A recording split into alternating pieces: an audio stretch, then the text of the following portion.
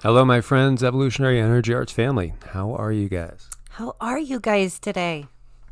So we see this is in China, and the floods have not stopped. Look at these people climbing up on top over there. This is just incredible. The floods in China and India really haven't had any break. As we look at these people precariously standing on top of roofs, can you imagine this? That's really, really scary. I can't imagine. No way. Uh-uh. No, it's pretty incredible. So you can see these other people watching from above. Wow, it's just that doesn't look good. That's incredible. It is. It's so sad what we're seeing going on. And as we said, this has not, let up at all. Which is, I'm speechless, really. This is like crazy stuff. I've never seen flooding this bad go on this long and do this amount of damage. Is just constant. Well, this is part of the changes that we've been talking about. Wow. Look at the car coming down. The car coming down right alongside the house. That's so sad. That's really scary. It is. As we see China flooding, 14 killed at Three Gorges Dam on the Yangtze River as the water is peaking. So the dam was holding back about 45% of the water, which rose more than 50 feet above flood level. And you had 14 people killed just Saturday, because of the rains. And of course, we've been watching this. There's millions of people that have been evacuated from the area. And, there was 400 million in the path if the dam ever let loose. That would be just unbelievable.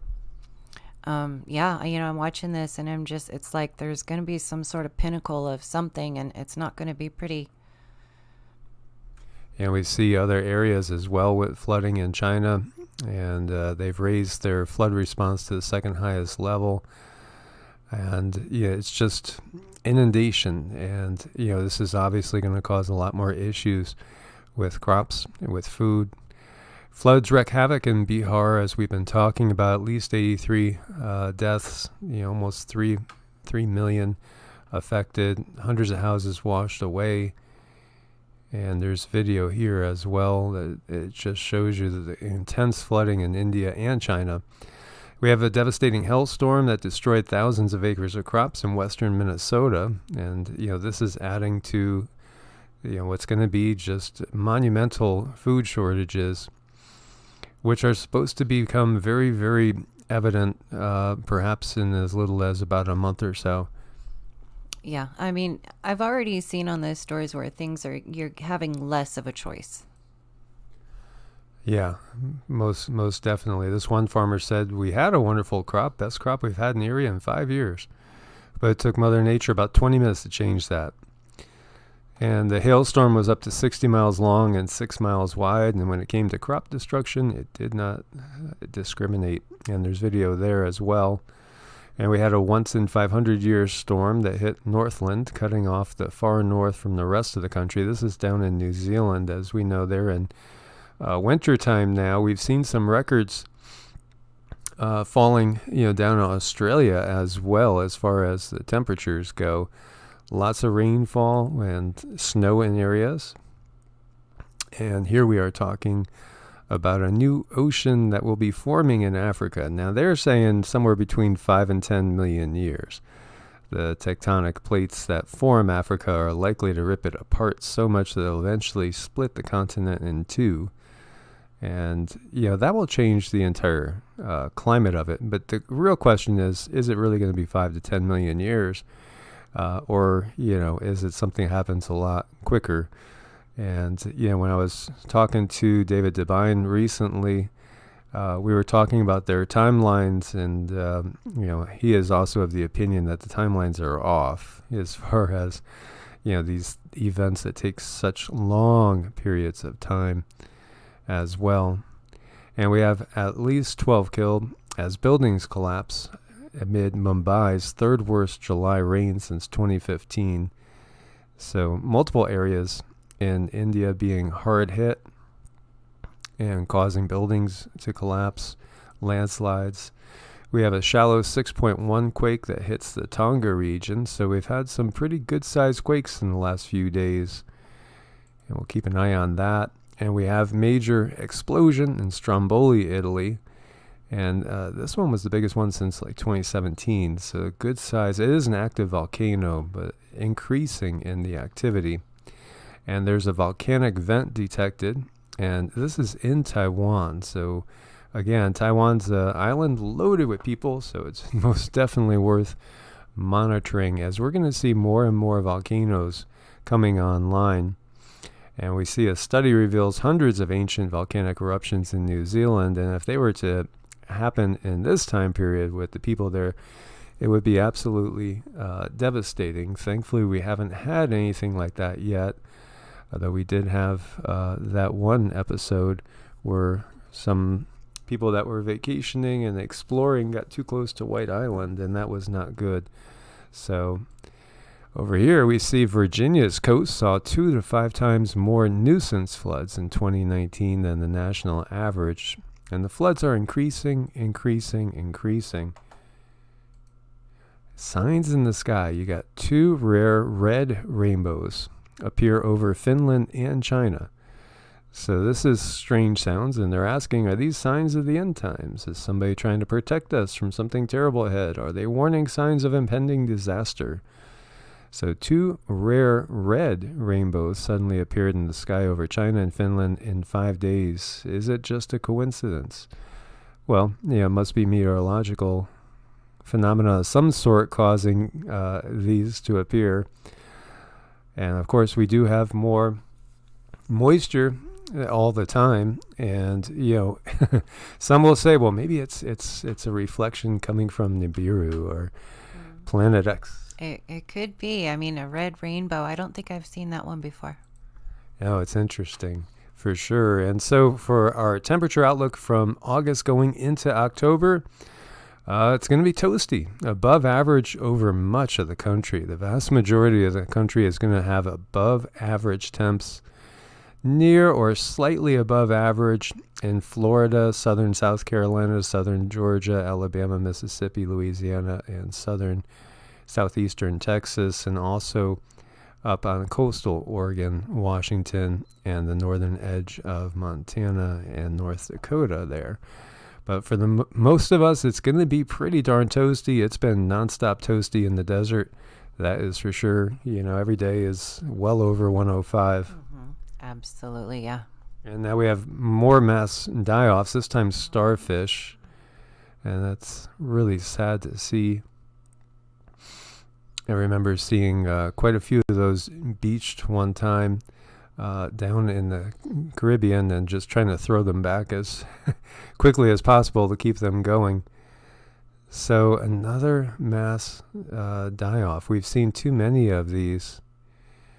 And they say it's not so strange or rare, but when you see all the time these mass die-offs of various types of sea creatures, and not just sea creatures, birds too, and animals too. I mean, we've seen so many.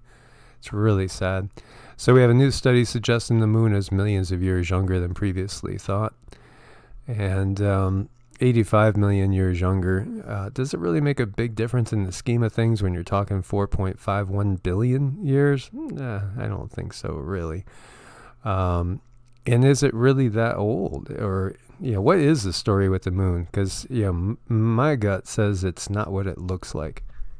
I don't think it is what it looks like either. All the stories about the time before the moon, and it's really interesting because women cycle with the moon. It's so curious. Yeah, so the results of the latest modeling suggest that the young Earth was hit by a protoplanet some 140 million years after the birth of the solar system, 4.567 billion years ago, right?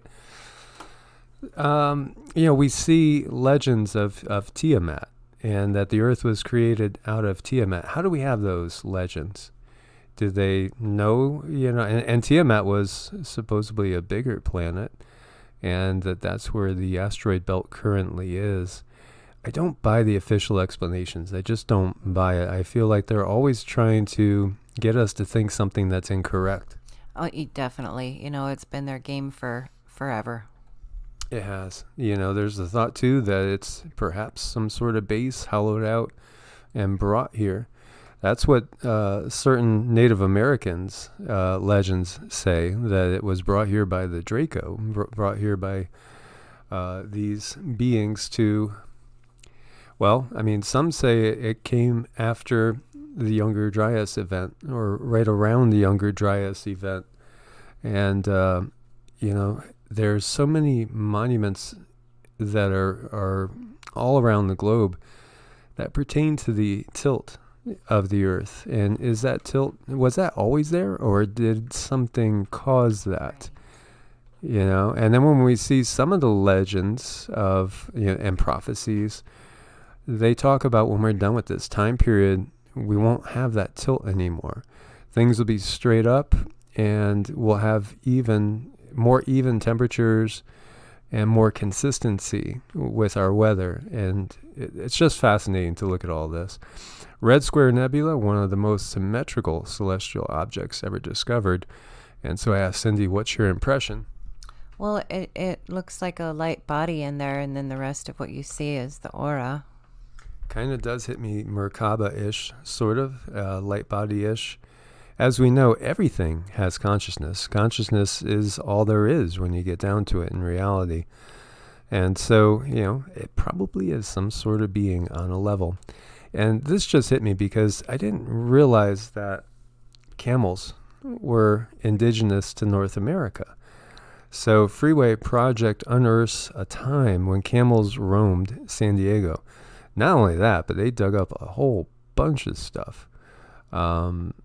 All sorts of things. We have camels roaming, prehistoric hoofed mammals, carnivores or two, and then the volcanoes erupted. And this discovery in June, it joins a roster of significant unearthings during construction projects in San Diego County. Mastodons, dire wolves, sea cows, giant sloths, armored dinosaurs that are painting a fuller picture of the region, how it changed over time. It's really interesting. I didn't know this. Maybe you guys did. And so the region at one time got 60 inches of rain every year. That's a lot of rain. And you had 34-foot sharks swimming in the bay, and saber-toothed cats roaming near Kayamuka Peak. Pretty wild stuff. And I'm trying to find that right there. So they found a whole bunch of fossils in a pond, and they say maybe they just fell in and drowned over time, or maybe some massive event. Again, major catastrophe. Just, we found mastodons that still had undigested food inside them. They were flash frozen, right? Pretty crazy stuff. They found all sorts of things.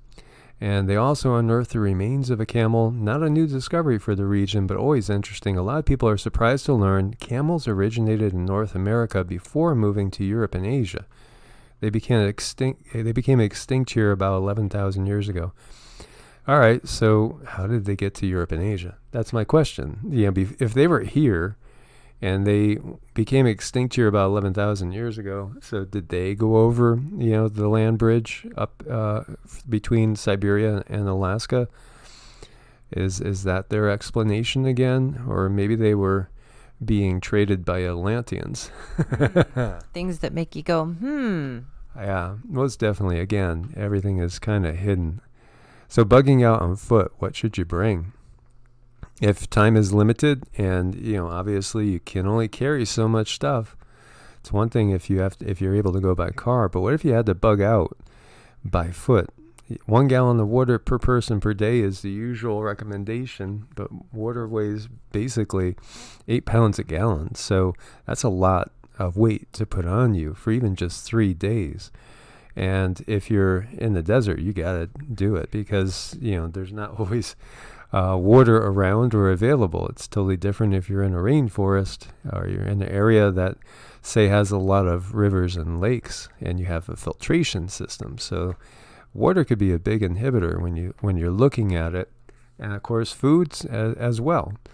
And it depends on what you're used to. Like we have been eating in about a 4-hour window. We've just been having like one meal, and we've been basically doing intermittent fasting for 20 hours a day. And I gotta say, like I said to Cindy, I said, my body feels great. My body feels really good. I feel like I'm rolling back years. It's amazing how good I feel now. Feeling definitely stronger and more flexible, and I'm at the same weight I was in junior year of high school. Yeah, and to get down to eating in a 4-hour window, it's taken us a little while, but now it's like steady, so it's it's easier. It's totally easy as cake right now for us, but of course we've been doing this a long time. And it's just gotten to be a habit. So, for us, I would say 1,000 calories a day is more than ample, because that's where our metabolism's at. And, we're relatively lean, I would say. We train, I would say 5 or 6 days a week, and usually, pretty intense, for maybe 40 minutes or so of nonstop cardio, but also at the same time we are doing light repetition with weights, and we are also doing yoga to stretch it out, as well as our daily QiGong, which is totally separate. QiGong and meditation and mantras for us are probably a half hour to an hour every day, if not more, sometimes an hour and a half. And then the more physical aspects we do for like another 40-45 minutes typically, and it feels great. Consistency with it will clean out your system, will get you feeling vibrant and thriving. And honestly, at 55, I really don't feel I don't feel 55. I still feel, more like I'm in my like late 20s, early 30s. I really, I just don't really feel like I'm slowed down so much. Maybe I have to make sure I warm up more consistently. But as far as slowing down, I don't think so. I really don't think you have to slow down, honestly. It's all about how you take care of yourself. And it's about, the stress. Avoid the stress. Get rid of the stress. No stress. It's not worth it. It ages us more than we realize, I think. And that's another reason why they throw all of this information in our faces, is to stress us out and make us vulnerable. So be very careful of what you worry about. Choose your battles. Most definitely. So food is very obviously important. And again, it's all about how much can you carry with you if you had to. And, shape and condition. And this gets back into how necessary it is for us to be in good shape in these times, because you just don't know what you're going to be hit with.